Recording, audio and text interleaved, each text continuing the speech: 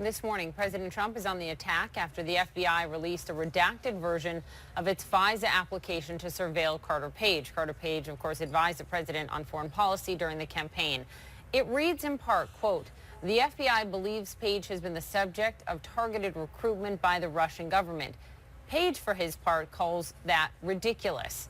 As for the president, he's now calling once again for the Russia probe to be dropped because he claims that the FISA application relied only on information from the Steele dossier that was in part funded by Democrats. To be clear, there was other evidence presented by the FBI to get the FISA court to sign off on the surveillance of Carter Page. Let's talk about the significance, what's fact, what's not. Shan Wu is here, CNN legal analyst and a former federal prosecutor. He also was formerly a member of Rick Gates' legal team. Of course, Rick Gates, who worked with Paul Manafort, and James Galliano, our CNN law enforcement analyst and retired FBI supervisory special agent. Gentlemen, nice to have you here.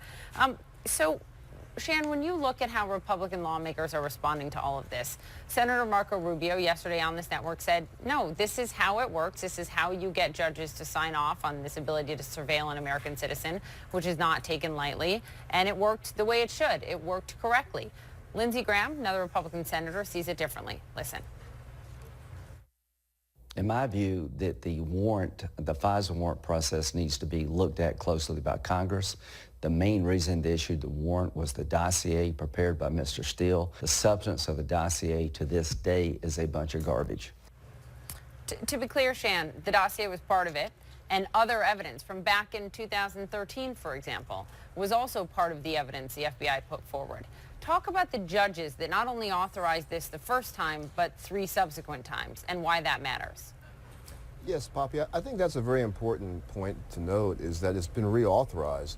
And what we can draw from that is that it was probably a bountiful surveillance. It was yielding some results to allow them to reauthorize it. So it's really hard to understand how the senator draws the conclusion that it's based solely on the Steele dossier. It obviously isn't if you've actually read the documents. And even though they're heavily redacted, it's obvious that there's a great deal of detail in there, including public sources, and the conclusions that were drawn are very damning towards Carter Page. Let's listen to Carter Page and his back and forth with Jake Tapper yesterday. Were you ever an agent of a foreign power? Did you ever advise the Kremlin or work with the Kremlin on anything? Look, Jake, no, I've never been an agent of the foreign power by any stretch of the imagination. But you did advise the Kremlin. I mean, I just want to make it clear. You did advise the Kremlin back in 2013 or 2012, somewhere in there. Jake, it's really spin. I mean, I sat in on some meetings, but to call me an advisor, I think is way over the top. He sort of said two very different things there. I should note, James, you worked in the FBI. I mean, what kind of evidence needs to be put forth for a judge, multiple judges, to actually sign off on surveilling an American citizen? Sure, Poppy. My argument all along is I believe the FBI agents, the federal prosecutors, and the 4 judges that had to renew this application, I believe they all acted in good faith. I've long maintained that there's an old saying that never attribute to malevolence what can be chalked up to incompetence. And I don't throw that term around lightly. What I think happened here with the affidavit, and I went through all 400 pages of the document dump this past weekend. I understand a lot of it is redacted. I understand there's portions that all of us have to parse through and try to fill in the blanks, and that's not truly fair to the agents and prosecutors that put this together. Well, but on that point, James, isn't it the case? I mean, Shan has pointed out previously that if the president wanted less of this redacted, he could make it so.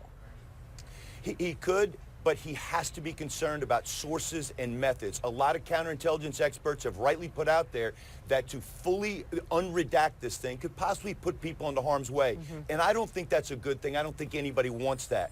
What I think the FBI and DOJ and maybe some of the senior executives involved in signing off on this fell prey to was confirmation bias. We all go into investigations. We try to do it as impartially as possible, bereft of bias. But there's a circular logical fallacy that happens, and the Christopher Steele dossier is item number 1 in that. How much of that was corroborated by the Michael Isikoff interview in Yahoo News? And it's hard to tell. I went through as a former investigator with a quarter-century experience, and I've reviewed documents like this, and it's difficult to tell with the redactions whether or not there was enough to support it. And the FBI, noted, and you see when you read through these four, adds up to about 400 pages, all four of these applications, that even after that information was leaked and used by Yahoo News, by Isikoff, though they were concerned that it was leaked and that Steele leaked it, they still believed that the substance was verifiable enough for them to move forward with this FISA application.